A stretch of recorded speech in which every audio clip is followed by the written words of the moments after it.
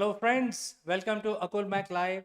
And viewers, if you remember, we talked about the Earthshot Award few days back, I think 2 weeks back, and we discussed how an Indian company, namely Takachar, got the award and also funding of £5 million from this award, and they are the first one to get it.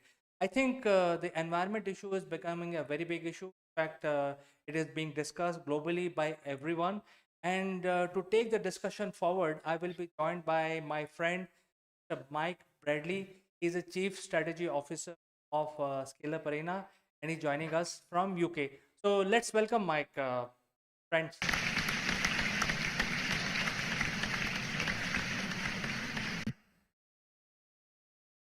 Hello, Mike. Good morning and welcome to the show. How are you doing today? I'm very good, thank you, Chandra. And how about yourself? And how's Delhi today? Is it sunny, warm, raining, warm? Well, I think in India it's a very moderate weather right now, and uh, it's neither raining, but it's quite sunny, but very pleasant days we have. The temperature is in the 20s. So I think we are in the best time period right now. Neither very hot, not very cold. It's not even raining. But I think interesting thing is that the Earthshot Prize was announced, and the first ever 15 finalists have been chosen after the grueling, study and project plans by the committee, and they have selected. And in fact, before you joined, I already told about one of the companies called Takachar from New Delhi. They got the first award, I guess. So, what is Hmm. your opinion on this, the climate change, and why it is such a big issue? I'd like to know. Yeah. Well, but first of all, I was going to say, how's Delhi today? Hopefully, the air will be cleaner as a result of the Takachar initiative, which, of course, is a massive step in the right direction. And I think the Earthshot uh, award scheme is a very good one. Because not only is it focusing people's minds on the five key areas that are very important, protection of nature, air cleanliness, oceans revival, waste-free living, and climate action. But also it's a global initiative, so it's seeking to bring people together along with innovation and technology to make a significant change in what is a very important area for us all. So I think it's really great news that this is coming around, and I also think it's good news that it's focusing on innovative approaches to things. And I think it's refreshing to have something new in this area, because, of course, what we've also got coming up in Glasgow next month is the COP26, which means, I don't know if you know this, means Conference of Parties. And the reason it's 26 is it's in its 26th year, which is where apparently those who are attending, governments, non-government organizations, NGOs, trade unions, businesses, and anyone else, quotes, with any interest in climate change meets to review and negotiate global action. So, I think the refreshing thing about the Earthshot is it's focusing on new approaches, seeking to address the most important aspects. Obviously, COP26, here we are, 26 years on. How much has it achieved? Well, that's sort of up for debate. There's a great deal of hope and expectation, but 26 years on, it would appear that we're still in the face of major issues in those big five areas. So it's, of course, good to bring all these groups together, but it's only actually action that is going to help us to achieve anything. So for me, I think it's good that both of these things are happening.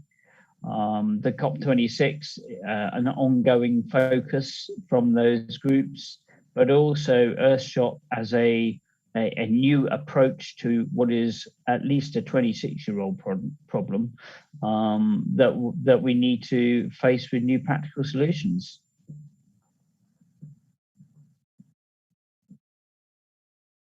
Yes, Mike. In fact, you are absolutely right when you make that statement that we need immediate attention. Make sure that we have a clean and good environment for all of us for our future. Um, but I'm going to make Mm. a controversial statement. Don't take it in any other way. Uh, but I think it's going to create some controversy. The controversy is about the two largest nation. In fact, I would say three largest nations uh, of the world. And when we talk about pollution, whether it is air pollution, water pollution, etc., it is largely dependent on the population of the country. So, if there are three large countries, which is first China, then India, and the US, United States of America, these are the most populous pockets in the world. And out of these three pockets, the most polluting is the Western world. If you look at this, so if you look at the per capita pollution created by humans living in the Western society as compared to at least India, I don't know about China, but at least India is 1/10 of what the pollution being released by the Western society. So when we talk about, uh, like for example, you mentioned COP26, I think there is a major disconnect because the first thing is who's the culprit who's spreading the pollution more than the other. I think the COP26 and all these bodies are still struggling to. I mean, they're playing a blame game, basically, in other words. So that is why I said that is going to create some controversy. They're blaming each other. Mm. The Indians may be blaming Americans, Americans may be blaming Chinese, Chinese may be blaming all everybody else. So it's a blame game going on. So how effective from your point of view this COP26 would be in order to fight the pollution problem of the earth? Well, it is a blame game, and the challenge is for us all, I believe. It, because the danger is hiding behind who is the biggest polluter. Is well, that means that unless the biggest polluter does something about it, we all might as well give up. And I think that in a way is conveying the wrong message. What we all need to do is we all need to say, well, we all have a responsibility to do what we can in these particular categories: the protection of nature, air cleanliness, ocean survival, revival, waste-free living, and climate action. So the actions need to start for every individual, every organization, every government. And the danger with saying, oh, well, it's not us, it's them, is that gives us an excuse to say, well, we're not going to bother doing anything until the biggest one does something. And that isn't going to work. So, you know, it may well probably is that Western economies have more to more to do.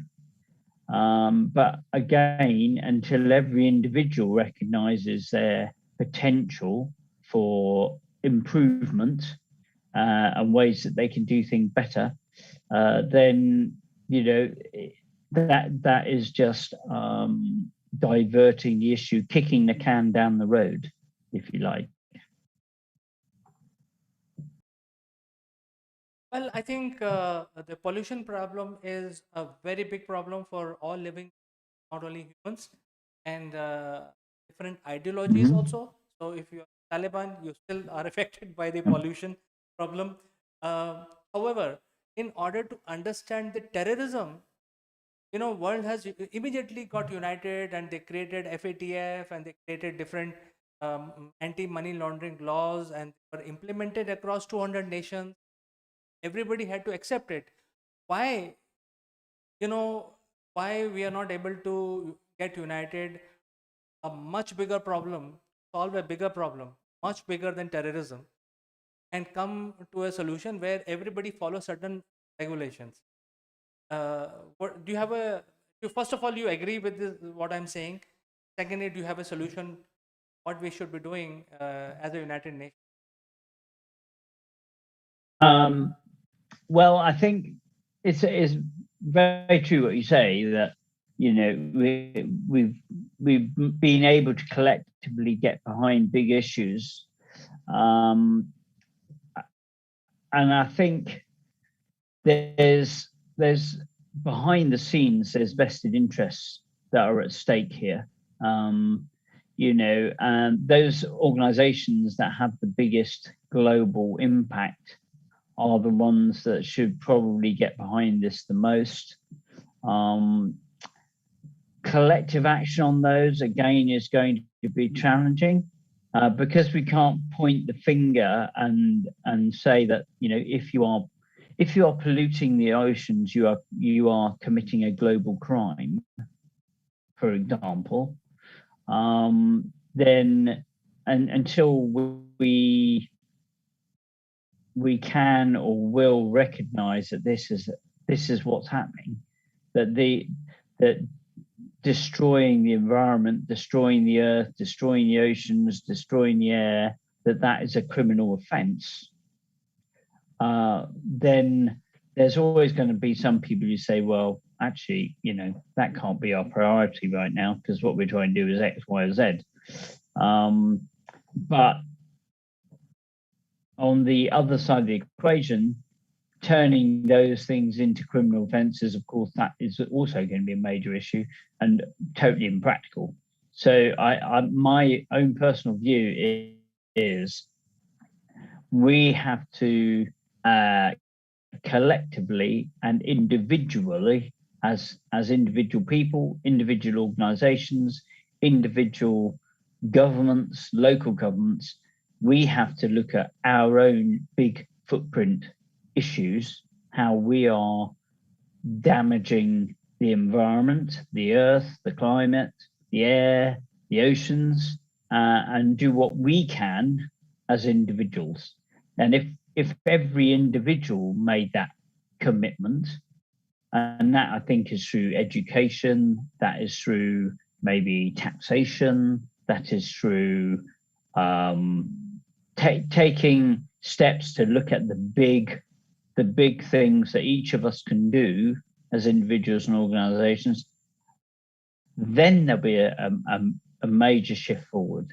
The snag is the polar ice caps are melting, right? But you and I, as individuals, can do absolutely nothing about that.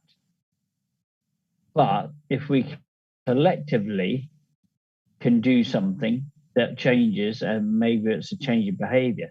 I take, for example, a few years ago, recycling didn't happen in waste in the UK, but now we have recycling bins. And okay, it's not a perfect solution, but actually we are seeking to reduce our waste, and make better use of our resources through that recycling program.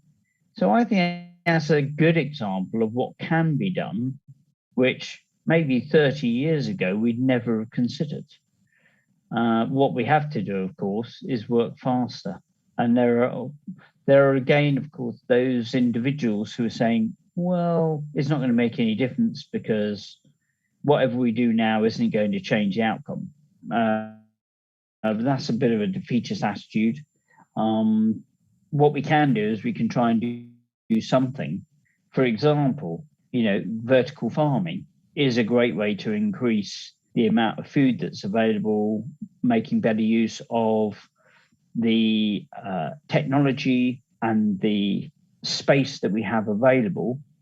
And so vertical farming is potentially part of the solution alongside utilizing, crop stubble to generate fertilizer and fuel.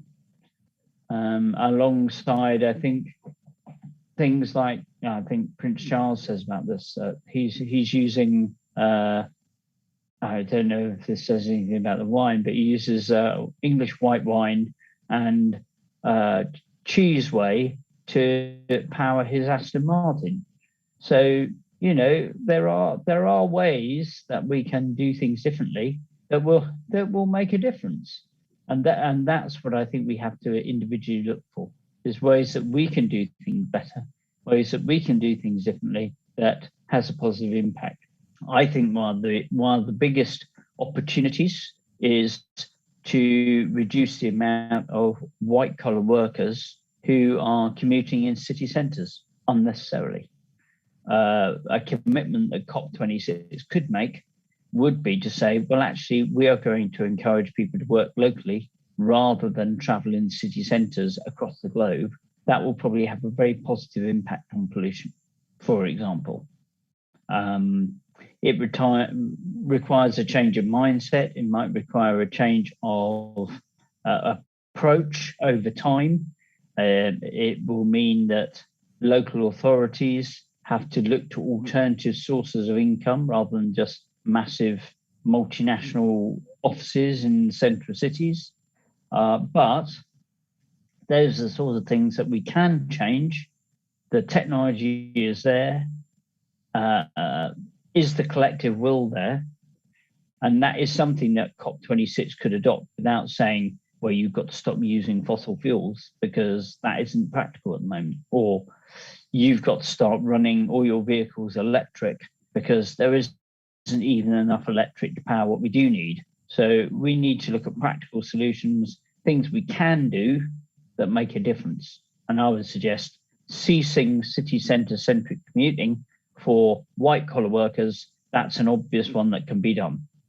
Those of us that have worked in remote working, remote collaboration services and tools for the last 15, 20 years would say, well, we could have done this 15 years ago. Why are we still living with this micromanager approach of bringing everybody into the office and chaining them to a desk?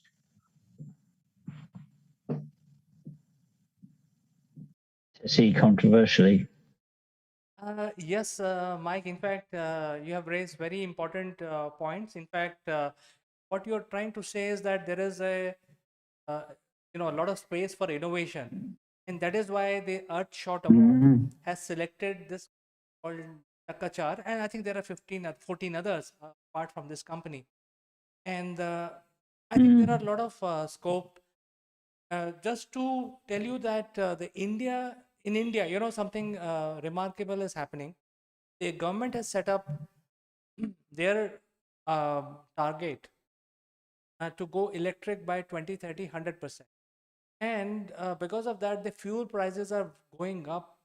I don't know why they are going up, but they are going up. And there will be a point in India where running a gasoline engine, which is either petrol or a diesel car, will be totally inefficient. So, and there are a lot of advantages given to people who are willing to shift electric option.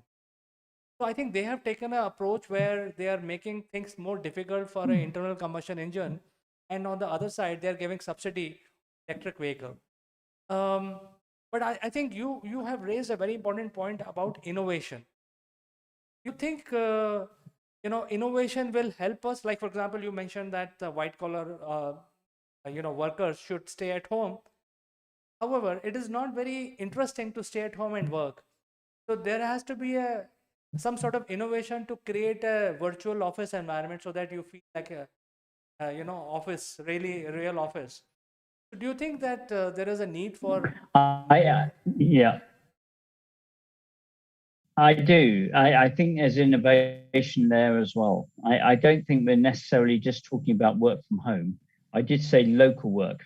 So what I'm thinking there is, rather than you commuting from southern Delhi to uh, northern Delhi for your work, maybe you should work in a local southern Delhi office for 3 days a week. Or maybe you work from home for 2 days a week and a local office for 3 days a week, and you get together with your other colleagues on a face-to-face once a month.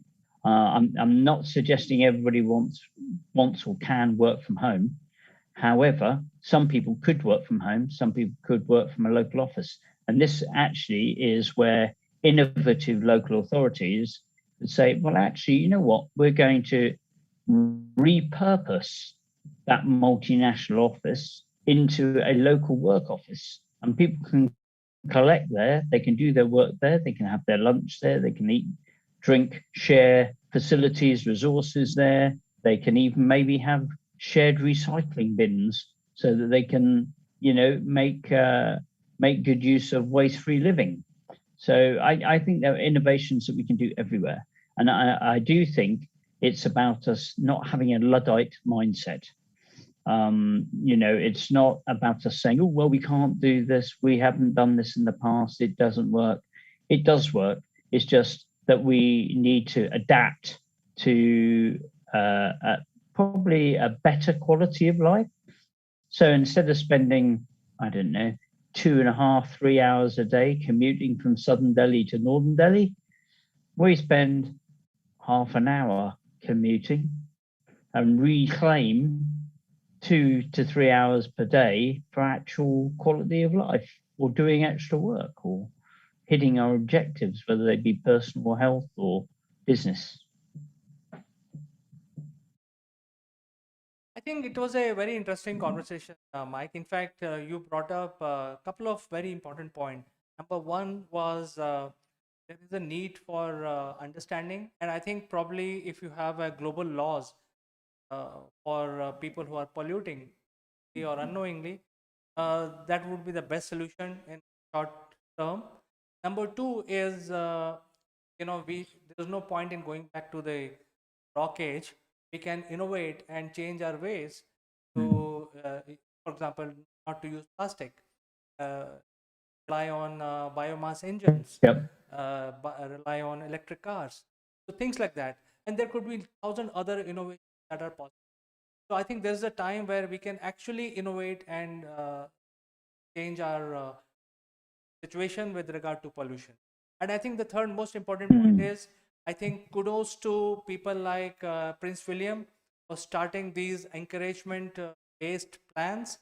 I think we need more people to get associated with this award, or maybe start a new one. Mm. People with who are influential, have the money, they can actually encourage the people, rest of the people, for better innovation, so that helps the mankind.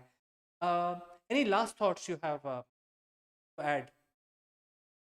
Yeah, only I completely agree with you on that, and I think we've got to be innovative.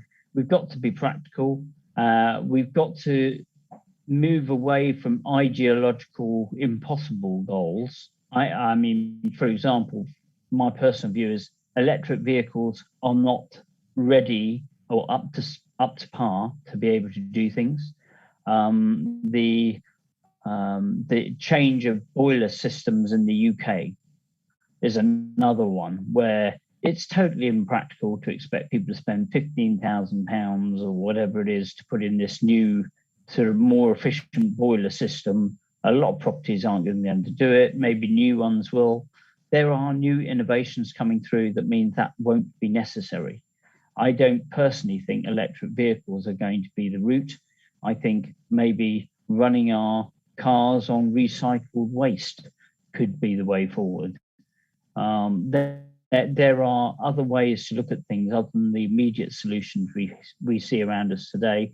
Things like the Earthshot, that is great. It would be great to see maybe car manufacturers coming up with a form of prize saying, how can we run vehicles in a more efficient manner, making use of all those ideas, keep protecting nature, keeping the air clean, ensuring that we're not optimizing the use of resources, and we're tackling climate.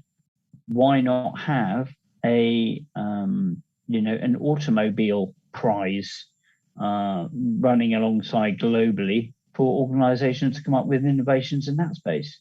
So I think there's plenty of scope. It's the limit of people's imaginations and the mentality of thinking, well, we haven't done it that way before. We've got to use this new innovation, which isn't necessarily very practical, and make sure everybody has it. That isn't the route either. It's got to be practical. It's got to be affordable. It's got to be sustainable, and it's got to help us improve the world for the good of all, and pretty quick. As usual, Mike, it is a great pleasure to talk to you. Your voice and advices, a great value. Thank you so much for joining us, and catch you in